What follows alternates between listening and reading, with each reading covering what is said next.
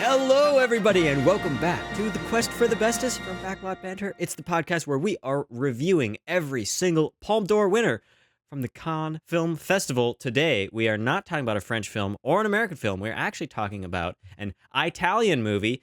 That would be Federico Fellini's La Dolce Vita. This is as one reporter asks in the movie, is Italian neorealism dead and alive? And the translator says, say alive! I think that maybe describes something. We're going to talk about it as we always do.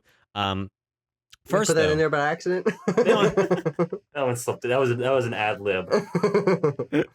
First, First, we have our normal housekeeping. I've got to remind you about what we talked about last time because we reviewed Lars von Trier's 2000 film Dancer in the Dark, starring Bjork, and gave it a 6.9. So that put the film at the 11th spot on our list, below The Best Intentions and above A Man and a Woman.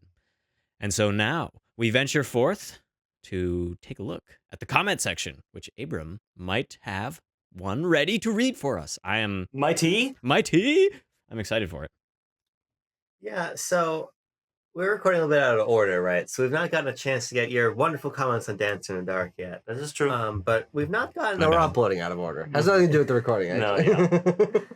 We've not gotten a ton of wonderful comments otherwise. Hold on a second, Amber. What are you talking about? We need you. Imagine that I'm doing propaganda here, World War II style propaganda. We need you to leave comments on the Quest for the Bestest. But because you haven't, and because we are going to go see Twisters tonight, we're going to go to this gentleman, Tanner's video about what made Twisters so popular. Wow. For a comment from friend of the show, friend of the Discord, warden of the Discord, Phil the Pill. Whoa, Okay. howdy. Howdy, Warden. Who is first engaging in some meta discourse about the other commenters on the video, so I'm going to omit that part. All right. That has been stricken from the record, Phil. Stricken from the record. Who was not watching this video, by the way. But Phil goes on to say, anyway, this is one of the handful of VHS tapes my parents bought, and I must have watched it a dozen times. I also enjoyed the Universal Studios attraction that recreated the Twister effect. Thank you, Tanner, for giving me another reason to check out His Girl Friday, and also for reinforcing in my head that ID4 had good effects, actually. What's Both ID4? Independence Day. Oh, okay. Yeah, that's what people call Independence Day for some reason, because like July 4th. I always found it odd as well that it's abbreviated to ID4. Anyway, thank you so much, Phil. Big thumbs up for both of those claims that you put at the end there. His Girl Friday, great film. Effects in Independence Day, also good. There's also, I will just note, there's a comment from John Tour on our Dumbo review that was fairly insightful, but it was also Christmas themed, and I can't rate a Christmas theme. Oh, In damn. July. Well, Wouldn't feel right. It's July. So, only sorry. 5 more months till we can read that comment. We'll circle back around to it. We'll get to it. That's all good. All right, let's talk about Fellini and his film Le Dolce Vita, starring some actors that we've actually seen before. Anouk Aimee was in A Man and a Woman. That's correct. Tanner. Marcello Minestrone or whatever his name is. Mastria, Marcello Minestrone. No, I was just saying. I just wanted to get that joke out. Okay. I was cooking that one since last night. Well done. So, much like a minestrone. Anyway, Still came out undercooked. yeah. Tanner, would you do us the customary favor of reviewing the plot of this here movie? Sure. Now Gives us his thoughts on the plot of the movie. So this may be a bit more difficult than it has been with some previous films, just because, as I'm sure we will talk about, there is no one cohesive plot to the film La Dolce Vita. This mostly follows, or in fact entirely follows, the life of a journalist named Marcello. He lives in Rome at the turn of the 1950s, immediate post-war Italy is kind of where we're operating right now.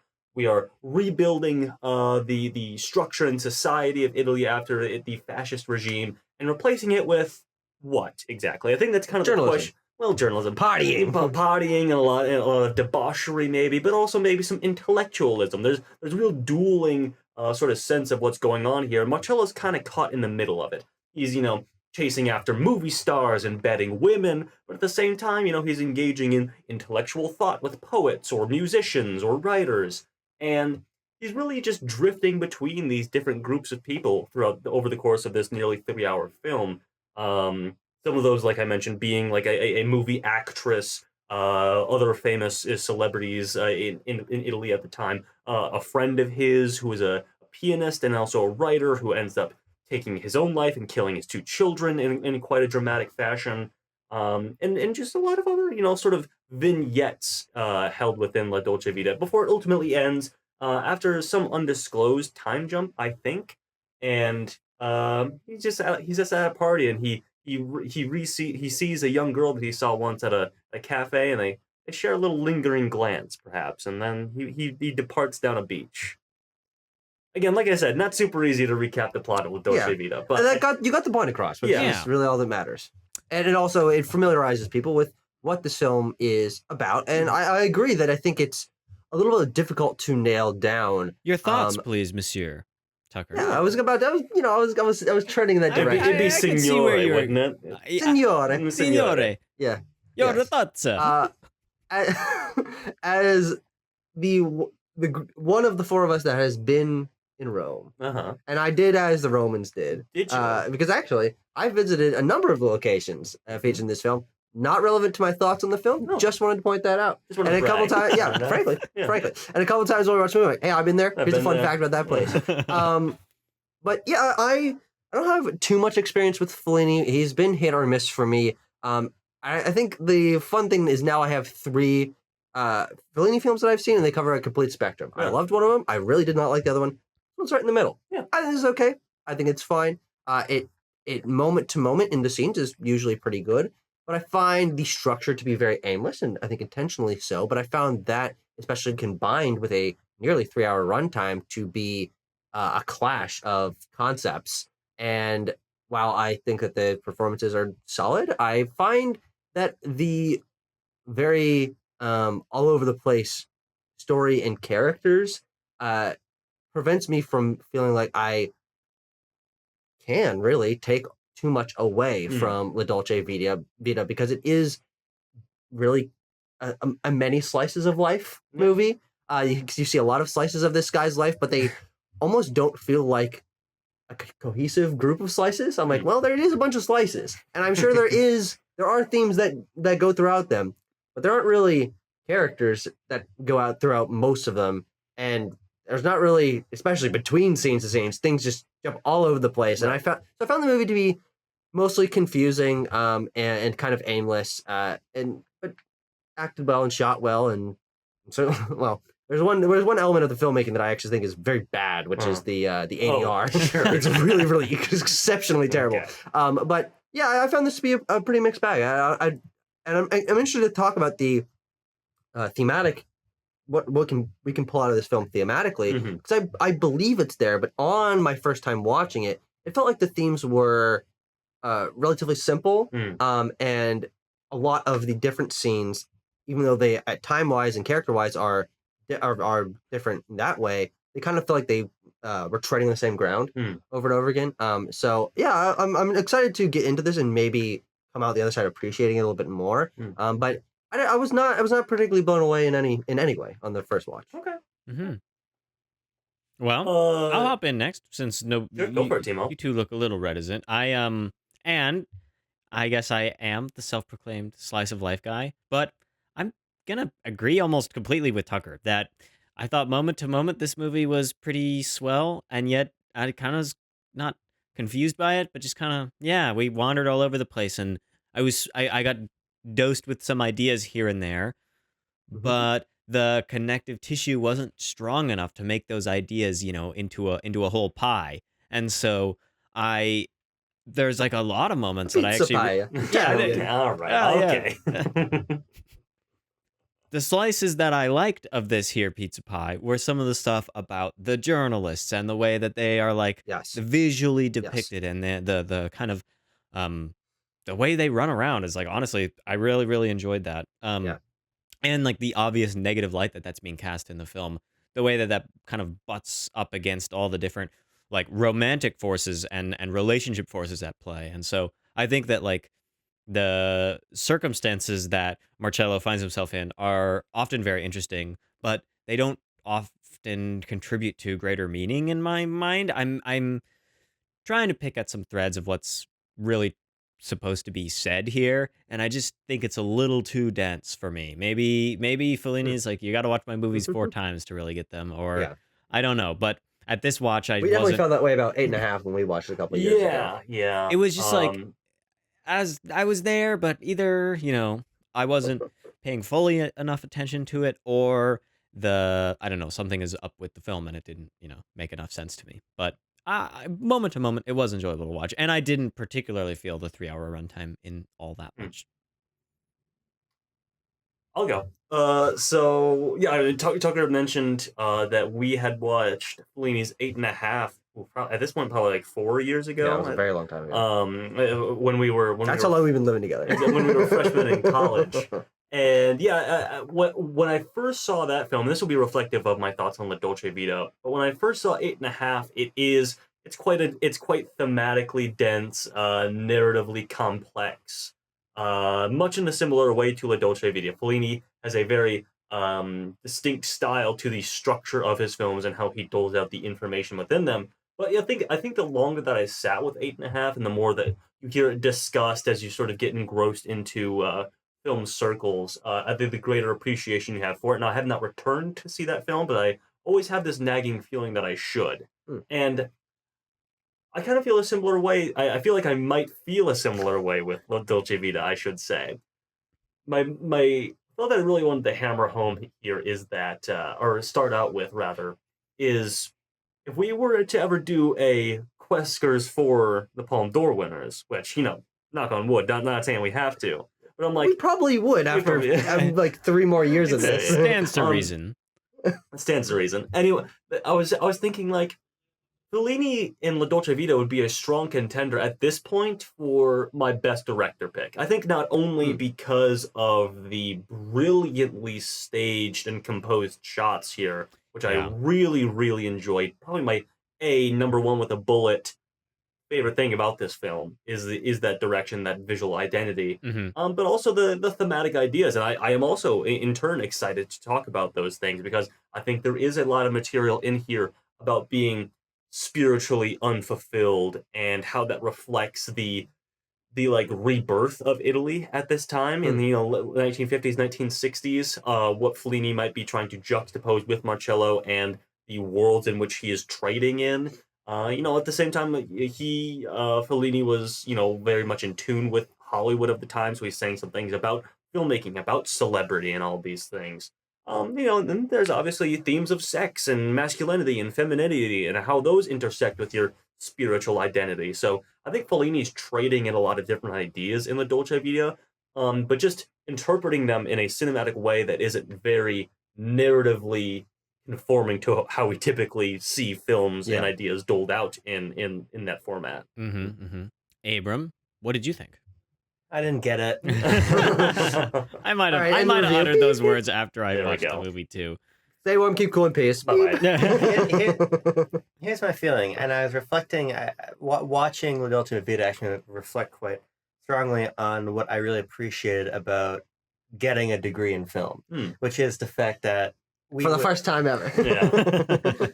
We would watch a film like this. We didn't watch Fellini, but we watched plenty of challenging works. And then we would spend a week with them, right? Having 2 or 3 class periods we're being lectured about the film. We're thinking about it. Looking we're reading, at stills.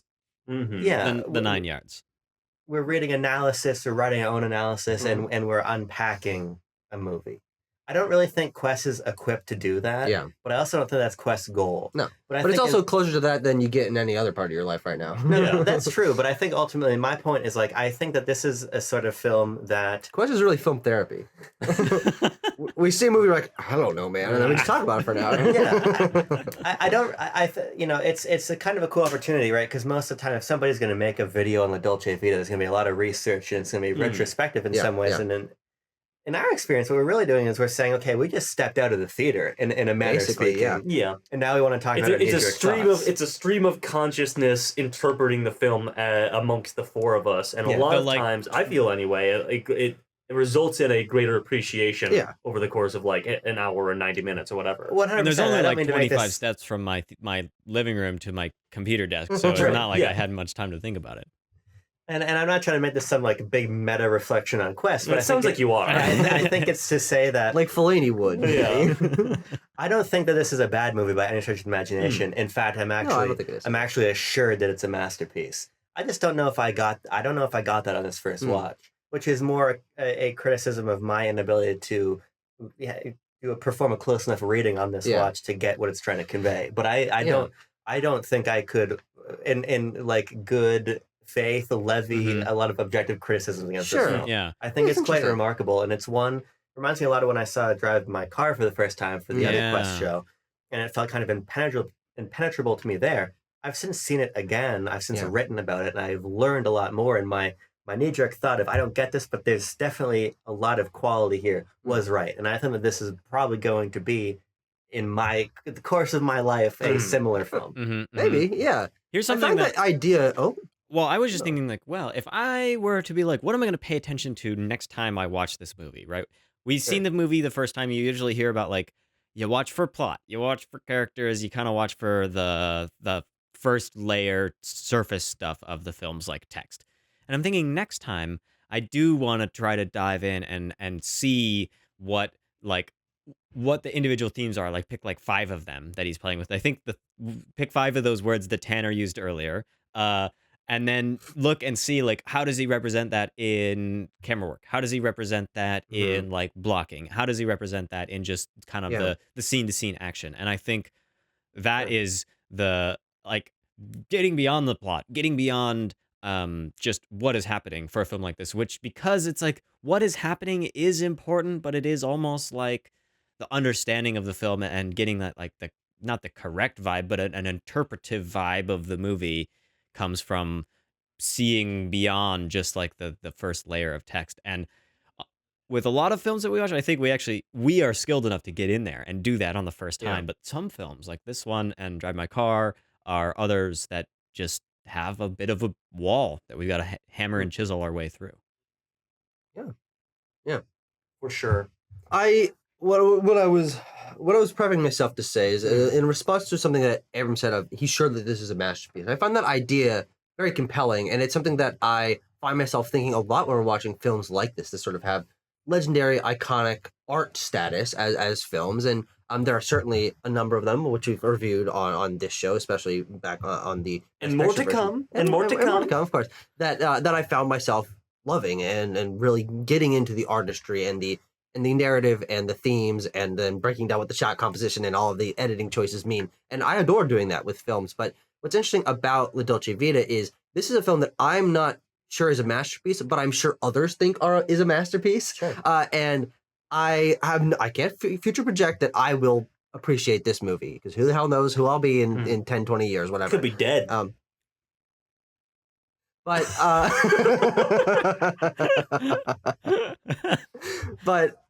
what I found on this first watch is I think, Timo, you present a very interesting case for appreciating this film on its own merits in the future on another watch. But I do think that I want to drill on in things that where I do feel like I have reasonable critiques for this movie as a first-time viewer of this film and someone who's only partially experienced or partially appreciative of Fellini's other works. Because he is an incredibly distinct filmmaker. You were talking about the way that his stories meander and then stitch back together is something that very few other filmmakers try to do, especially not on this sort of scale. Well, I do want to point out that we do have a little bit of experience with Fellini here on this show, because he, of course, wrote Rome Open City.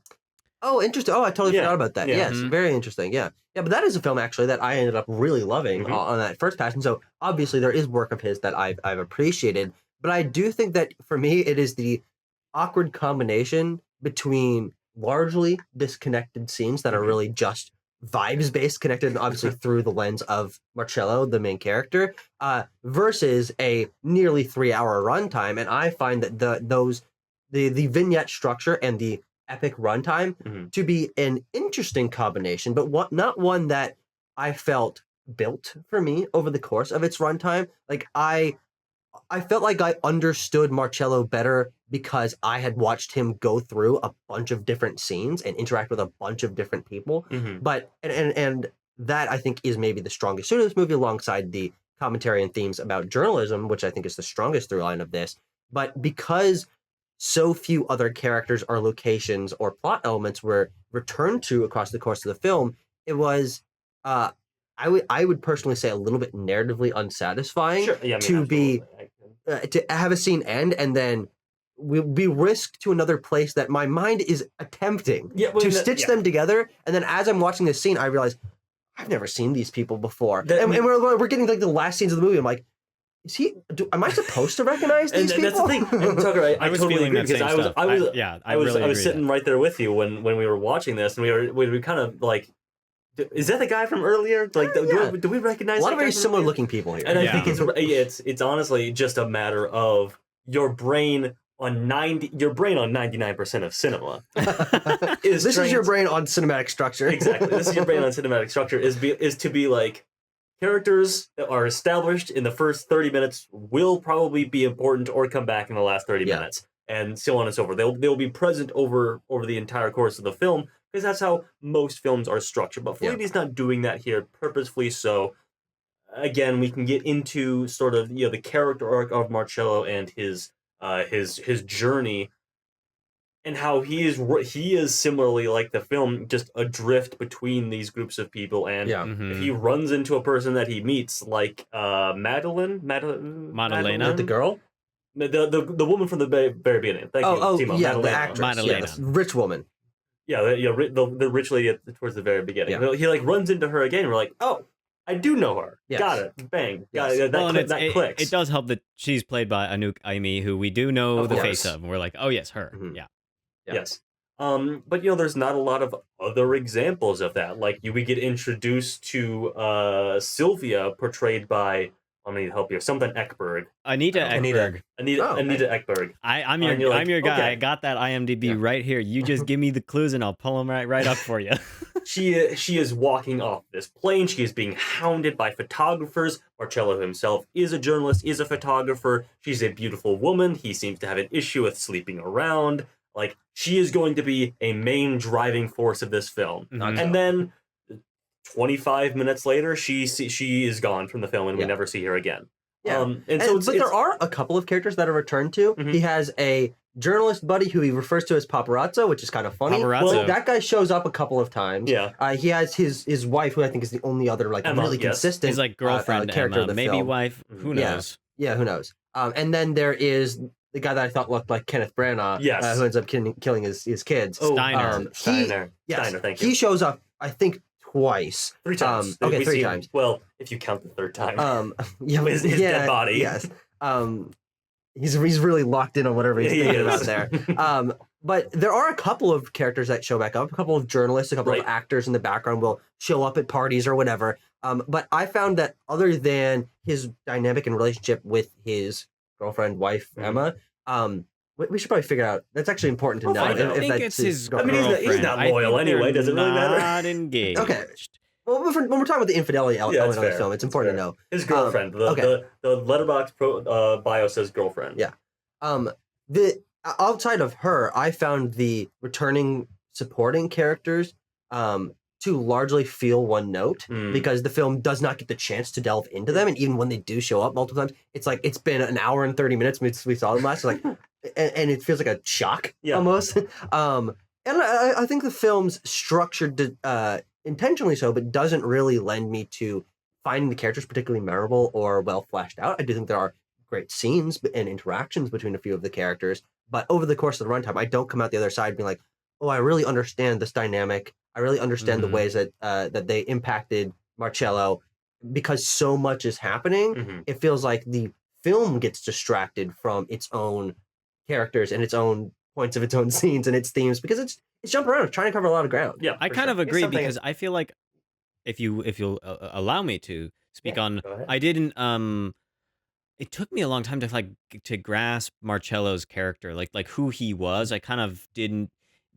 The first time that he goes out with Maddalena and they go out and they kind of like, I don't even know, they pull a fast one on this lady to like use her bedroom, and she's okay with it. And her swampy bedroom. Her flooded basement room so they can bang, and then they're out of there. But she's in on it. She's okay with it. She is a sex worker, a lady, a woman of the night, perhaps, and she's like, all right, that's okay with me. And then, like, when they walk out in the morning, her pimp's like, what the hell? Well, did you get money from them? What's this dynamic? And she's like, I don't know, man. They just used my bed. They just needed it.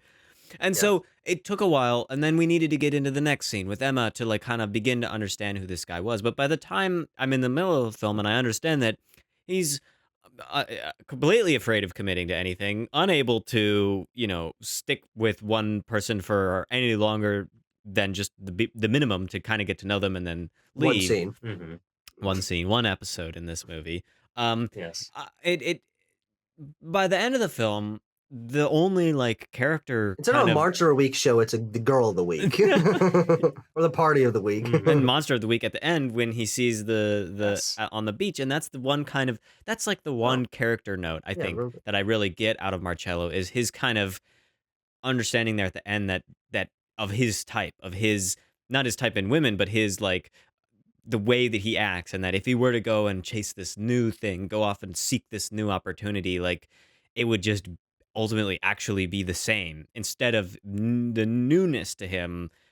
The newness is the sameness of him just trying to go and find out all this stuff. And so I think that's actually an interesting character note that I've uncovered for myself in speaking here, but I don't notice a whole lot of other ones. I feel like I don't come to know his character in like a super intimate way, but I do understand it, and I'm like, these decisions that he's making like make sense. I think they're logical for his character, but I don't know. The heavy lifting of the film is in other departments, I believe. Yeah.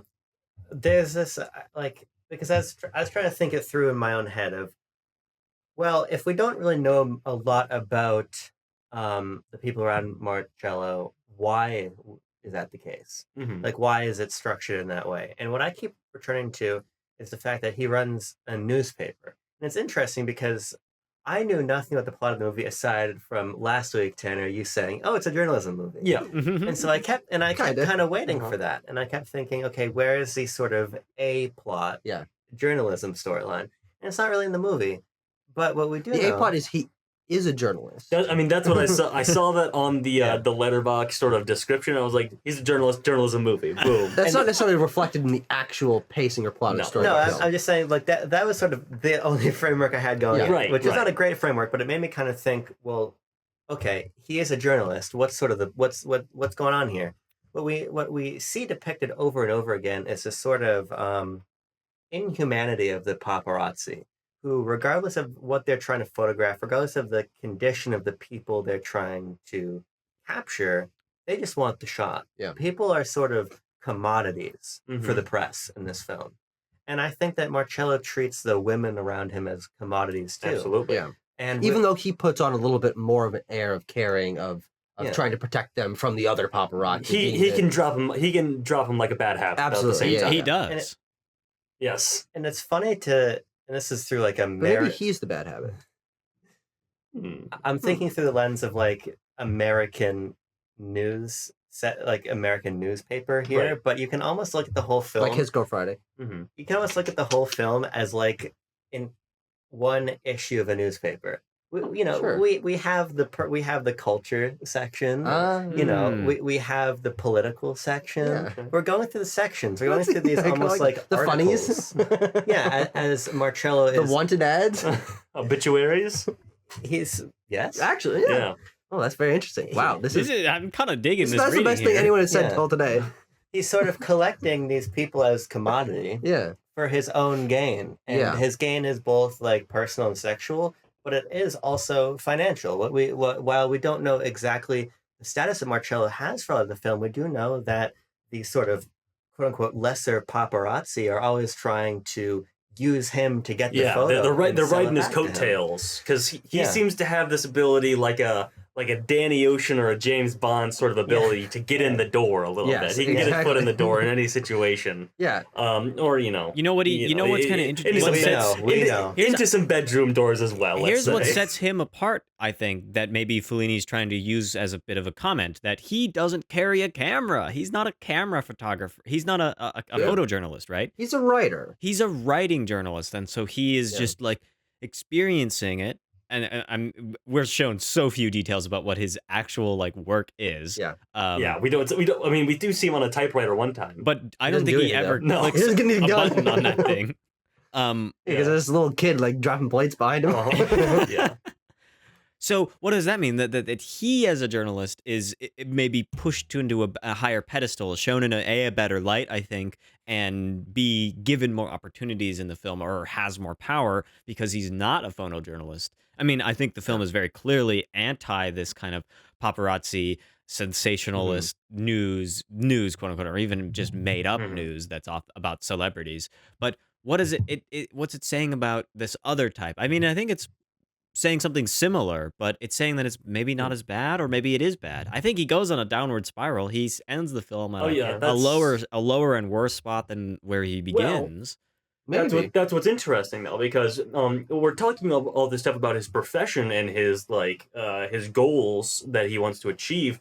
He doesn't have particularly specific goals. This is what I wanted to say: is that he's a journalist, and then but at the same time he says a couple times that he's torn between like this career, this path that he's on to be a journalist, to sort of chase the story, whether that be a movie star coming to town or some kids spotting the Virgin Mary or whatever, or to be like a literary writer, to write a book, which is, I mean, when we see him at the typewriter, like we said, we don't see him write anything down, so we don't know which one he's pursuing at that point. But at the end of the film, to Timo's point about this being a downward spiral and how he's at a lower position, he's at a lower position emotionally and perhaps spiritually and mentally. But he says that he's become like a publicist. You know, he seems to have a bit more air of wealth about him, I think, at the end of this film. I just thought he was drunk when he was saying that. I didn't think he was actually like being truthful at all. He was just kind of like,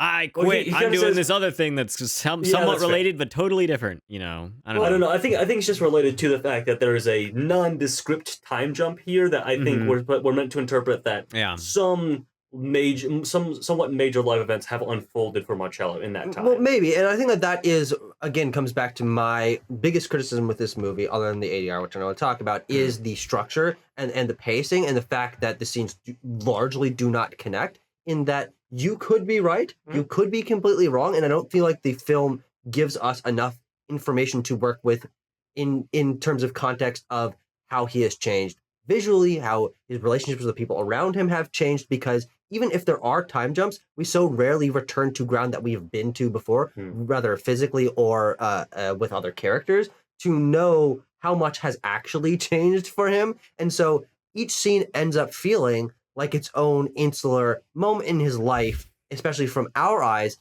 in which we are forced to completely reset our mental understanding of not of who he is, but of what the situation he's in. He's in quite a different emotional state in multiple different scenes. He's around totally different people in all sorts of different scenes. And so I think the film didn't for me really reward me as a film watcher, to where when I was getting different things from him, I didn't feel like I had much context to compare it to other things he had done before, because I'm like, he's just kind of an all-over-the-place guy, which is fine for a character to be. But when that's combined with an all-over-the-place narrative, I couldn't tell did he actually change? Did the film do a time jump that it wasn't clear about? Is it just him acting differently around the other people to make other people feel more comfortable or uncomfortable or get something out of them?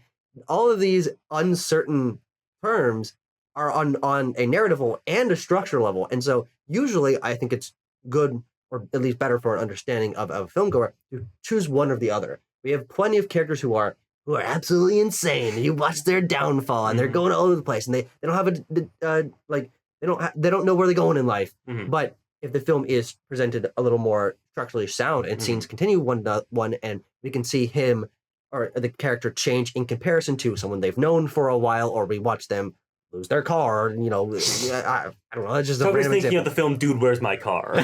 Christ.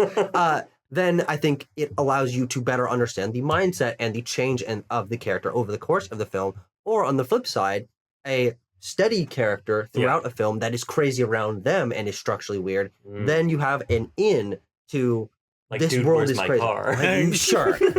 I watched that movie years ago. Don't remember much about it. But do you see what I'm saying? I think that this film. You gotta have have your same character in the crazy world. I guess I just kind of feel like Marcello is that for a lot of the runtime. No, he is, but he's also a very all over the place guy. Like mentally, Well, he doesn't have a quite understanding of who he is. He's like, he doesn't really have an understanding of who his relationships. I think it's with because other people his are. affect is kind of put together, stable. But I think like his actions, especially with in regards to women, are very like unstable and not consistent. But his like demeanor is very cool guy. He's got those super badass sunglasses, like, you know. I think if I can speak for potentially Abram and I, and this might sound like total BS, but like I think that Welcome to Quest. I think that Marcello is like consistently inconsistent, consistently inconsistent, or consistently unfulfilled. Like that. Like that's his. He's adrift through the things, and you're meant to understand that in any context that he's in, he's trying to find out like if this is going to be like. Can I find something fulfilling here? Yeah, definitely. Can I find, is this the woman that I love actually? Can I find some spark here? Or is this the intellectual practice? Or is this the one story that I got to get? Or the professional practice that I have to follow? And the answer to all of those questions posed, 6-7 times in this film is, well, no, not really. I mean, well, no. It oftentimes ends in tragedy, or with him just being like, okay, these people are just as shallow as like I am. Like, there's nothing deeper for me to glom onto here. I guess I would actually take it a step further, even because I feel like let's get out of his head for a minute. Okay. Mm-hmm. We know where he's going to be. He's always going to be where the action is. Mm-hmm. If there's a big socialite, if there's a big artist. Mm-hmm. If there's a big goings on in town, if there's a huge tracts of land, he's gonna be there. Even when his dad comes to town, and they're at the restaurant, Marcello says something like, I'm here because this is where you see the people. It's where you get the story. Like, he's a very adept socialite. Yeah. And he's suave. He's considered to be of some major status for the people around him. He's compared to Hollywood stars. Yeah. He's always dressed in his suit. He's always wearing his glasses. Sunglasses, yeah. Yeah. So even at cool. night sometimes. So cool. I don't. That's my second note. Marcello is a cool motherfucker. When he rolls into that club at the very beginning and he's like chipping the sunglasses down, I was like, this guy's cool. Damn. Yeah. And this is what I think makes him an interesting character. Yeah. To the people around him, he is this sort of monolith. Yeah. Yeah, absolutely. But inside his head, he has this struggle with ambition, and he has this struggle with fidelity. And identity. Yeah. But I don't think that makes him a character that's all over the place. And I think what's interesting with the final scene is that as much as he is unfaithful, he's somebody that attracts women and that women want to be around. For a long portion of the runtime, we're watching him woo women, sometimes without him even really doing much. Women want him, men want to be him. But we get to the end of the film. Fish fear him. Well, he seems a little shaken by that fish that washes up. He does. So. But we get to the end of the film, and I think he has to sort of reckon with the ways that, as I mentioned before, he sort of commodifies people when he's literally treating them like animals. He's riding a woman like a donkey, and he's putting feathers on her, and he's grabbing people by hair, and he's saying, "You go fuck that person. You fuck over there." Yeah, he's trying to like engage this orgy, which is why I feel that there's a substantial shift in that sequence, because he's much more uninhibited in that sequence. Yeah. He's like he's a lot more. At that point is where he's all over the place. Absolutely. We can also understand that he's probably a lot more drunk than he has been in the film previously. Yeah. But he's not a guy that's like, bro, you're gonna go fuck her, and you're gonna go fuck her, and I'm gonna throw pillows at you or whatever. He's the guy that like maintains his cool even when he sees one of his friends shoot himself in the head. Like, he keeps that emotional discomfort and discontent within himself, and he's like, well, better go talk to his wife, I guess. After he spends the night with Sylvia, and bear in mind also that Sylvia wanted, with him, they want to get out of there together, right? He takes the slap from the American Star. Yeah. Don't mention, I said slap, and I'm thinking the Oscars. It's okay. I wasn't going to mention that at all. It's okay. I was. Yeah. And I stopped myself, and I did it anyway. You know, that's a but very... He just walks away. It's a very different dynamic to the sort of like imposition and violent dominance he illustrates in that last sequence of the film. And that's when, you know, if we are to sort of interpret a lot of the film up to that point of him as an observer and a storyteller, here he's trying to force a story to happen in front of him. He's like inciting, yeah. And that's a different and more violent Marcello than I think we see for the previous 2.5 hours. Yeah, because usually he's the kind of guy that is good enough or on his toes enough to get into the scenario that's happening, go with the flow, and make that the story. Find a story in what's happening to other people. He does a little bit of shifting and making a few decisions kind of in the background very subtly, but he's able to, and I think I agree that he's a good character, and I think that he's really the reason why I enjoy this movie the way that I do, because, well, I said that he was kind of all over the place. I mostly meant that on an emotional level and on an internal level. I feel like I understand that his character doesn't have a direction in life, and so that's kind of what I was alluding to earlier. But I do find that his ability as a guy, as a journalist who's able to keep his cool and just kind of saddle up to scenarios, and he put what's the phrase of if you act like you belong, like no one will question it or whatever. He walks into a scenarios that he sometimes doesn't have any business being in, but he just kind of says like, I know you, okay, and then other people believe that, and that allows us to get into some interesting scenes. And then what I also find interesting about him, which I don't know if I find it more interesting than I do particularly engaging, but he's also a very quiet person, and he's not particularly commanding in a lot of these sequences. And so what usually ends up happening is he's cool enough and on his feet enough to get into a scenario.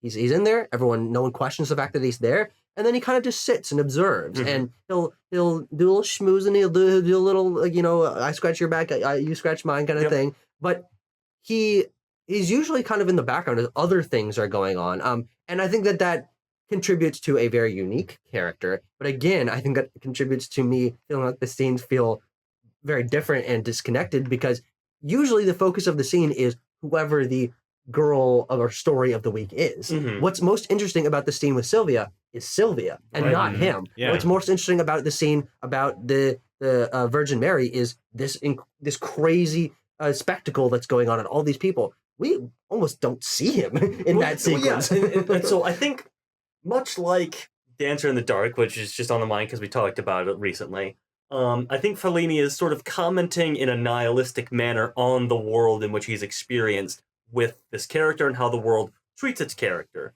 Not cruelly like the world of Dancer in the Dark treats Selma, but in fact... Thank you. But in fact... that Marcello is ultimately, I don't want to use the word phony because I'm going to use that for the world. I think he kind of is. The world that Fellini sees is a facade. I think he's like, there's no cultural roots here necessarily. We are coming off of like a cultural reset after the fascist occupation, and we as a country are searching for our identity. And as Marcello sort of tours the Italian countryside, he's also looking for the same thing. Is that founded in like Italian cinema and the celebrities that we're attracting with our cinematic landscape? Is that from the free thinkers of the world, our poets and our writers? Is it from the religion that has a stronghold in Italy still? Or is that like, have our moral scruples gone out the window after World War II?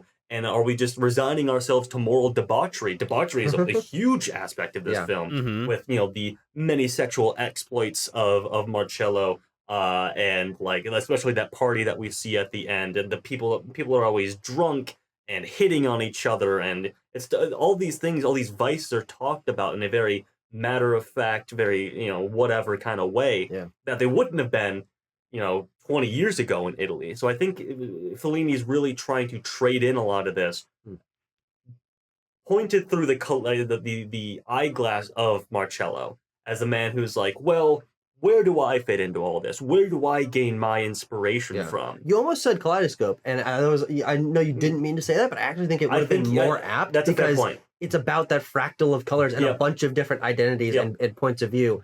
It's like looking at a stained glass window through a kaleidoscope, Mhm. and that doesn't make it. In my mind, that doesn't make it clear. Mhm. It makes it more jumbled, but Right. it certainly makes it interesting. Exactly, for sure. And yeah, so I don't know. I think that's maybe what Fellini's trying to do here in a broad sense. Mhm. There's obviously certain commentaries that he's making. I also want to point out, just this is a bit of a palm detail here, just Okay. a fun little We bit can of also trivia. do palm to films now. We That's don't need to true. save them till the end. That's fair. This is just like a movie / history detail. But the word paparazzi comes from this movie. You're serious? really? Oh yeah, It's because Paparazzo was like the Paparazzo- name of the guy. Oh. Because Yeah. the guy, Oh, we all thought that he was like doing that insultingly. Yeah. that's That's just his fascinating. name. And then they were like, That's kinda oh, cool. paparazzi. That's very I interesting. mean, that it speaks to like the cultural impact that this film had at the time, Sure. which was absolutely massive for the Italian film Yeah. of world and foreign films writ large. But anyway, that's I just find that that director's voice quite interesting in the thematic material of La Dolce Vita. Mhm. I do want to talk about Fellini as from the technical aspect of his direction as well. But if we want to continue talking about character and theme, I'd love to do that. Who would I be? actually Who said might that. stop you? When you were talking, you made me think of the character Steiner. Yeah. And the conversation that Steiner has with the poet, which is actually played a couple times. We Mhm. hear that several times in the narrative. Oh yeah, because it's recorded and replayed. It sounds just like them. Yeah, big chuckle on that one. Yeah, we get it. It's interesting because he has this sort of, I think through our eyes, archetypally good life. Mm-hmm. He's in a respected position in his community. He gives back to his community. He's Great in at this the high. organ. What? He's great at the organ. He's good at He the organ. He's got a shreds wife on and that kids. He's got a wife and kids. He's of a high social position. People respect what he thinks and believes. But he also, we learn in the narrative, feels very small. Yeah. He makes this very clear comment: "I feel only this tall," and then he kills his children and he kills himself. Yeah. Mhm. It's about the dangers of being short. Yes, that's right. Heed the warning, Tucker. Gulp. And this is kind of why I said that. I Shit didn't- extension is coming soon, so I don't kill you all. Malaysian. Doug is going to Thailand to get the fucking shit extensions.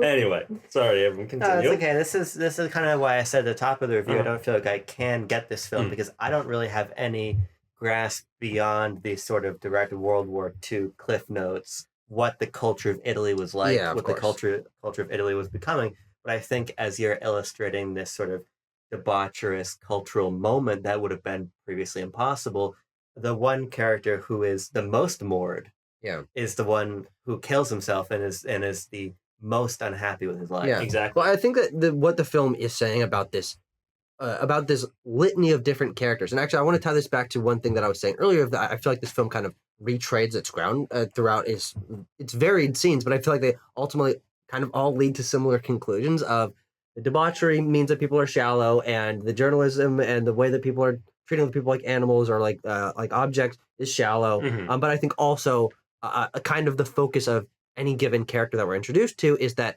whatever thing that they have glommed onto as the core of their identity, if they are approaching that from a shallow perspective or haven't like internalized it or something, then that's going to be unfulfilling for them and not enough to have them feel like their life has simple purpose if they're just kind of easily glomming onto something, whether that is being a great actress, whether that is being famous, whether that is having a family. If you aren't appreciative of that element of your life, then you're going to feel unfulfilled. And so we get introduced to a character, and this character is famous, but then we learn that they're famous, and then all they care about is their fame. We get introduced to Steiner, and we learn that he has a family, but he doesn't appreciate his family, and he's unfulfilled. And so I feel like the film, and with the intellectualism, there's some characters that are very intellectual, or they're a good writer, but there's not a lot going on with them past that. And so I ended up feeling like a lot of the characters ended up feeling samey, even if one character has this goal and one character has that goal.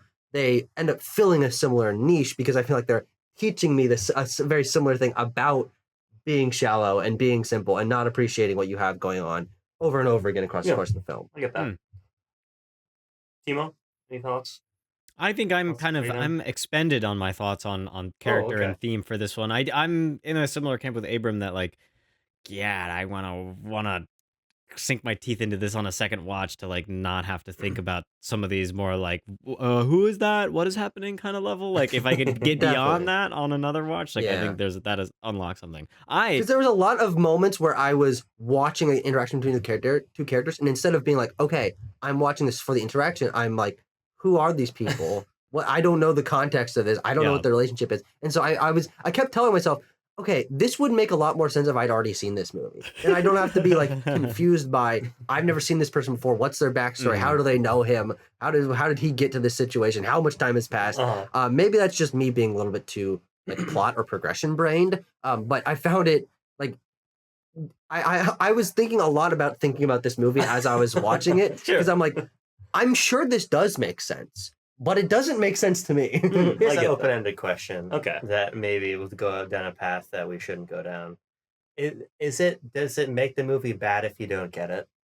No, not necessarily. Because here's what I was thinking. Not this one. But it doesn't make it enjoyable for me. I think that you got a case-by-case basis here, and that many movies, if you don't get it, it is bad because it was not trying to be dense and episodic. But like this one is all of those things, and it's also in another language, and you know the dialogue can be hard to understand and sometimes slip in and out of sync with the lip flaps. So you know, I think like not getting it is actually not a mark on this film's quality or goodness or value. It's a mark on you and your quality. Yeah, you're a lower quality person. Well, it's an interesting point because like we get to the part when we're doing ostensibly like a seance. Yeah. And I was like, well, this is a skill issue on my behalf because you don't construct this sequence, I think, so beautifully from a technical perspective. If you want to talk about that, but, I want to get to the beauty of this movie. I don't think you do that unintentionally. And I think that if you're a director of this caliber and it's a film of this caliber, at a certain point, I just have to say, okay, I didn't get it. Sure. And I think in some ways that actually sort of funneled me towards the parts that I could get deeper into, which is, I think, in some ways, the role of Marcello's profession on his character and the whole structure of the film. This film is beautiful. Let's talk about the cinematography, the architecture, the sets, the costumes. Everything that we lay our eyes on this thing is so wonderfully framed, great composition, unbelievably cool lighting all the time. Like when they go out to that woman's house to go sleep in her flooded basement, the way that those buildings are lit is not realistic at all. It looks amazing. It looks so cool. Italian no realism. Oh, exactly. There's, I mean, Fellini is like purposefully stepping away from Italian neorealism. He is incorporating like sets and professional actors and stuff like that. He is graduated from that, much like the film movement in Italy at the time had by the 1960s, and he's pushing towards something surreal.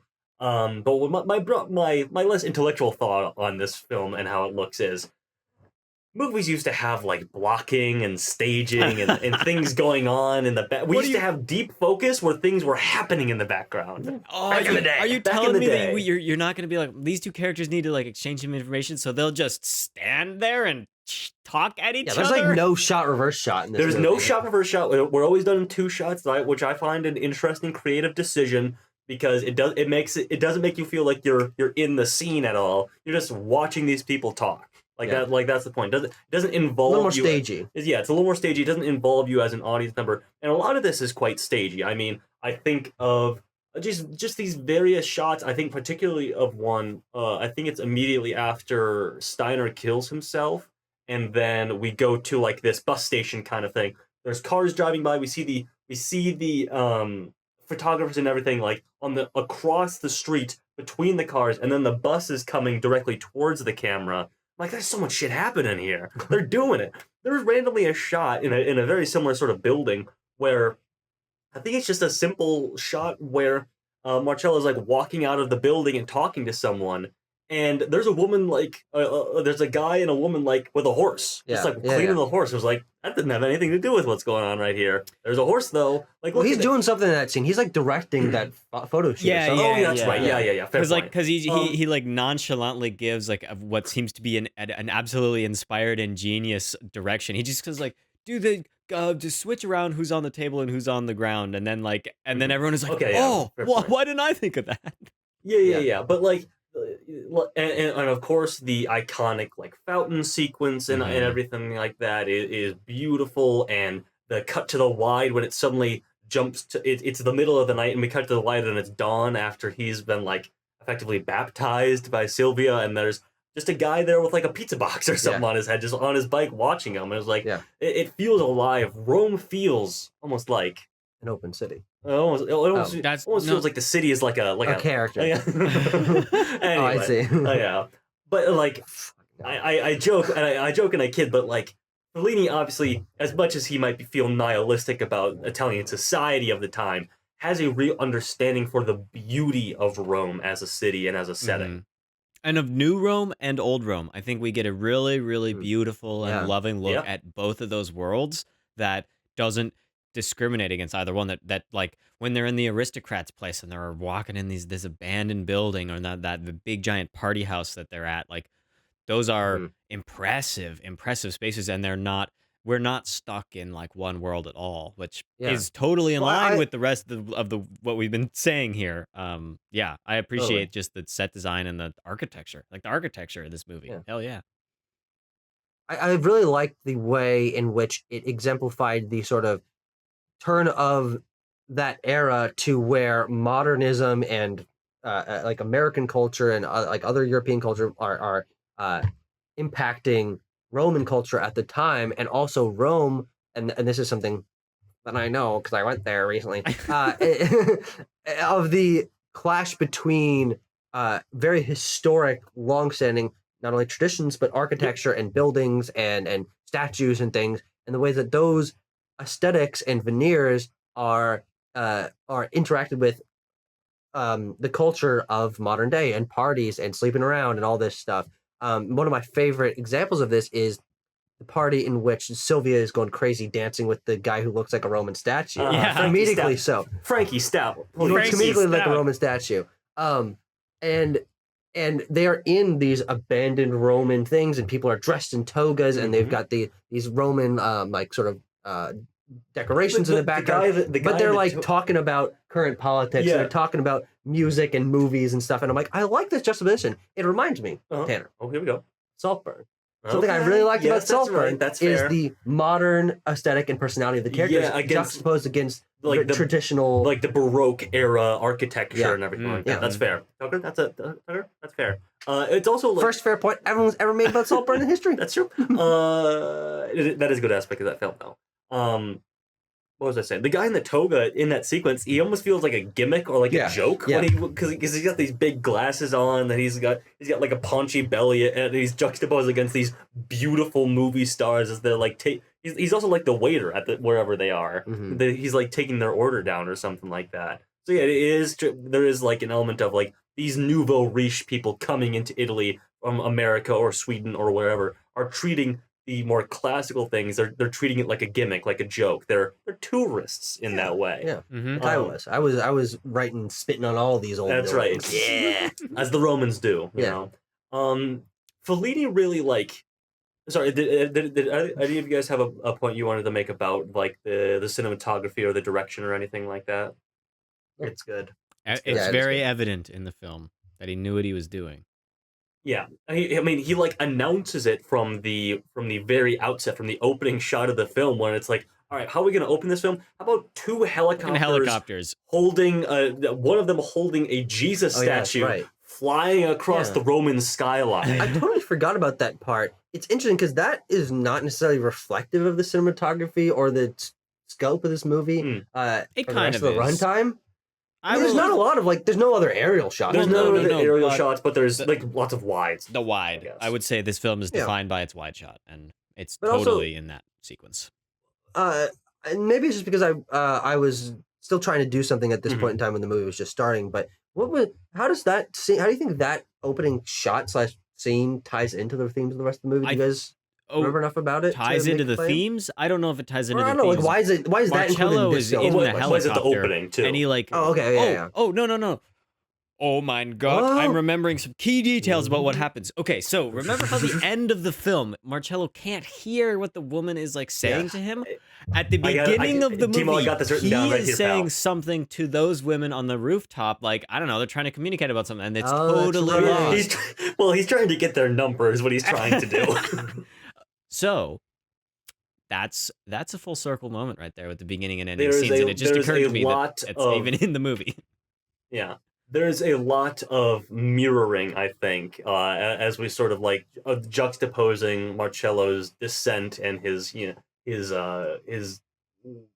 just general feelings about like what his position and everything as he spirals downward, as you were kind of saying, Timo. Mm-hmm. I mean, the opening of like the Jesus statue, and then the end is like this monstrous fish that washed up on the beach and everything like that. Or yeah, and what really got me thinking about the like key item in both of those scenes is the thing where I wrote down where he's having trouble hearing whoever he's trying to talk to, either over the helicopter rotors or the crashing waves. Both of the those inclusion objects that- are caught in some sort of net. Okay, very good. Yes, that's right. Yeah, and he's chasing down this helicopter with the Jesus statue because he's doing a story on it, and everyone's like very taken by the imagery of this Jesus statue flying across the city, much like they might be with the spotting or the alleged spotting of the Virgin Mary by these two children. In the sequence That's a crazy scene. It's a crazy scene. Remember it says Argon in giant letters across the top of the screen? And I love that sequence too, because one of the priests, because there's these gatherings there's some priests, but it's mostly like these like tussling and jostling crowds, people trying to like get a shot, or people are bringing in like lepers and paralyzed people and setting them on the ground, and a kid gets like trampled, and that's how the scene ends. Is like, even in this supposed miracle, like it ends in cruelty and violence. Again, getting to like the nihilism that I think Fellini's and also that scene is just so capitalistic and like it's really just about getting the story. Have you guys seen and lights? You guys seen the Billy Wilder film Ace in the Hole? I have seen that. Yeah. Feels very. Oh, you're that. Great point. Very, very similar to that whole. It's becoming a media people camping out, pulling up their cars. Right. Yeah, Mm-hmm. that's a great movie. Yeah, it is a really good movie. That's a great journalism movie. That's a great journalism movie. Yeah. That movie's actually about writing stories. It's about making them up, man. It's about journalism. fabricating a freaking story. Also, I got a lot of things to say at the end here, so I apologize. This But usually happens. yes, my mistake. I'm sorry. Marcello never fabricates anything like his journalistic peers do. Mhm. He never stages a photo shoot or makes up a quote or guides someone with a little piece of paper in an interview or anything like that, like we see his fellow journalists do. No, but all of his colleagues do. that's true, but I think it's less explicit because I think he more subtly directs like his subjects, like the fact that he's sleeping with the women that he's trying to interview, and like if they're like being hounded or whatever, he'll like take them off to the side. He is guiding their experiences to continue having himself in the midst of the story. He becomes a part of the stories that he's writing, and it feels more natural because he's not being aggressive about it, but he's using his wit and his cool to make sure that the story is interesting and that he's closer to the subject, because that's the key thing, is he wants to be as close to the story as he can get. But that's not like, if you had journalistic integrity, you wouldn't be like driving your subject around and like sleeping with them. It's typically frowned upon to sleep with the people that you're interviewing. Yes. It's been a while since I've taken a journalism class, but I think that's accurate. Yeah. Thoughts with that in law school? Oh, yeah. Well, I also hold on. We do have to talk about the ADR, because I do think that is one of the biggest elements that prevented me on, I think, a quote unquote more objective level from getting into the world of the film. Yeah. The ADR in this film, the film I would say is at least 60% ADR'd, and that doesn't matter if it's in Italian or in English. It is constant. Well, do you mean? I am going to argue that it's like either Italian or English. ADR. Okay, it might be more. It might be more. I'm I just going to wanted argue to that it's mostly charitable. like it's Yeah, 60 or 90. It's a lot. Okay, over sure. half. Let's go with 90, frankly. Because I think so. that one of my biggest issues with believing the world and characters of this film is that when they were talking, whether that was in English, where it's obviously way worse and more consistent, or in Italian, their lips are not matching what is said. And so then I kind of find it hard to believe the emotions that the performances are given and the looks that people are giving, because they're saying something and it's not matching their lips. And I'm like, so did they... And usually it's like not even like... It doesn't even seem like it would be a big deal for them to say what they should have said or what they did say on set, but then they rewrote it. And so I'm like, do I believe the script or do I believe the performances on what they're saying? And usually they're aligned, but sometimes they're not. And so, especially when it's in English, and I think also the sound mixing can be pretty bad. And there's, especially when they're talking in English and there's not subtitles, I cannot understand what's going on. And I kind of got like a Peanuts adult kind of thing where like they're just like wah wah wah, like as like crowds and noises are going on. And I really felt like that totally disconnected me from like some of the emotion and progression of these sequences when what they are saying is not matching, what I'm hearing is not matching the context of the sequence. And I'm like, I would believe in these interactions, I would believe these performances a lot more if they were saying what they were saying, but the audio does not reflect very frequently what is being performed by the performance on set. I mean, I don't know. I just didn't. I mean, I thought it was maybe a little funny at times, but I wasn't like, well, I can't enjoy the movie because this is ruining the movie or the experience of it for me. I just didn't feel that. I just expect this when I'm watching an Italian movie of this era. Like, honestly, like they're all like this. This one had a couple like moments where I was like, man, that's really not in sync. But you know what? Every once in a while, you'll watch a movie nowadays and be like, yeah, that ADR did not cut in very well. And so, while I know that the production of these, at least with like real traditional neo-realist Italian films, they really shot no sound on set and would just ADR everything because it was fast. It was way cheaper to do it that way. Mind-boggling that's the opposite nowadays. But so this one, I bet you they were recording on set and then for whatever reasons, they're like replaced it all. It sounds almost all replaced to me. Yeah. I've just watched a lot of Jackie Chan action movies. Oh, sure, I get you. Where they don't even. I mean, go watch like Project A or things like this. Yeah. All right, should we wrap it up, folks? Well, what are our palm details, Tanner, as we punch in a number? Well, they aren't very numerous because this film won the Palme d'Or in 1960. If you guys recognize these names, just let them fly. But the jury president this year was a Belgian writer named Georges Simenon. Also on the jury were U.S. writer Henry Miller and Italian writer Diego Fabri. Any of these hidden? No? Okay. Other films in competition, here we go. Michelangelo Antonioni's La Ventura. Okay, seen that.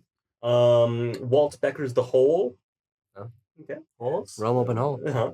And Ingmar Bergman's The Virgin Spring. It's a reference last night. Don't worry about it. I think reference to Shia LaBeouf. And also Sujata by Bimal Roy. Bimal Roy. Did you say that? No, I did not. Oh. I just want to make sure that everyone knows all the palm details. That's right. That's right. That's why they're coming to this video. I haven't heard of any of those people or movies. You haven't heard of La Ventura? That's pretty famous. Yeah. That's probably Antonio's most famous movie. Probably. Yeah.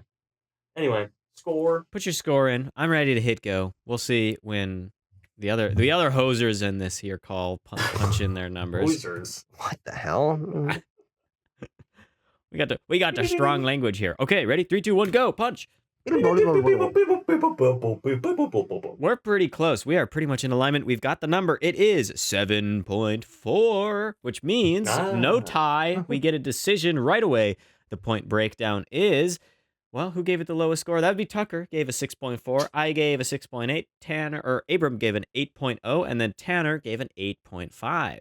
So with a 7.4, that's going to lead us to, well, one spot above Dancer in the Dark. The new number 11 film will be La Dolce Vita, below The Best Intentions and above Dancer in the Dark.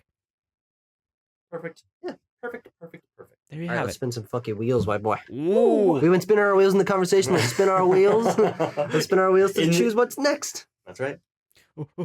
Okay, record time on pulling that up. Are you ready, Tanner?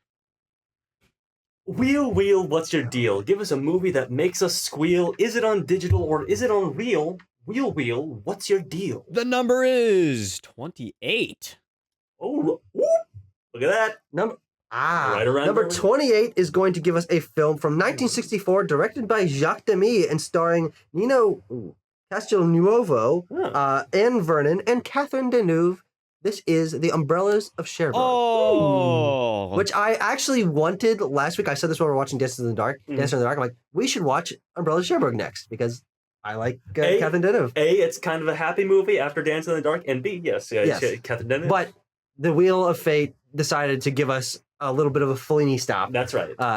And now we're there. No, there we are. We're off to the races. I love this movie. I'm France. really looking forward to this one. Oh, You want a good musical? Another musical. Here's a good musical. here's a good musical. Yeah, I've heard a lot about this one. I think I've maybe only seen You want a some third color, of it. Timo? I was gonna say that was what I was gonna mention was that this movie has a copious amount of color, Yes. and so we can look Yes. forward very much to that, and maybe perhaps colorful discussion after we watch it.